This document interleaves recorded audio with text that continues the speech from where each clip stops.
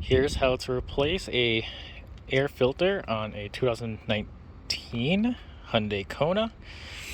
This should work with 2018 through 2021 models as of this video. So here is your air filter housing.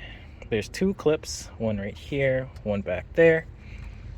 Flip this clip to the right, flip this clip to the left, lift up on the housing. The back of the housing, or on the left side, slides underneath that tab. Same on the other side.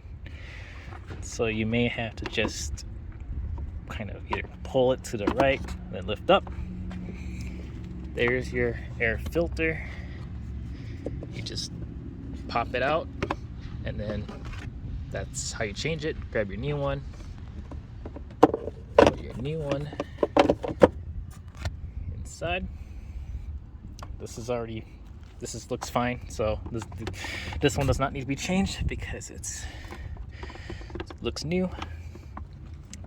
Put in the cover just like that. Relock your tabs,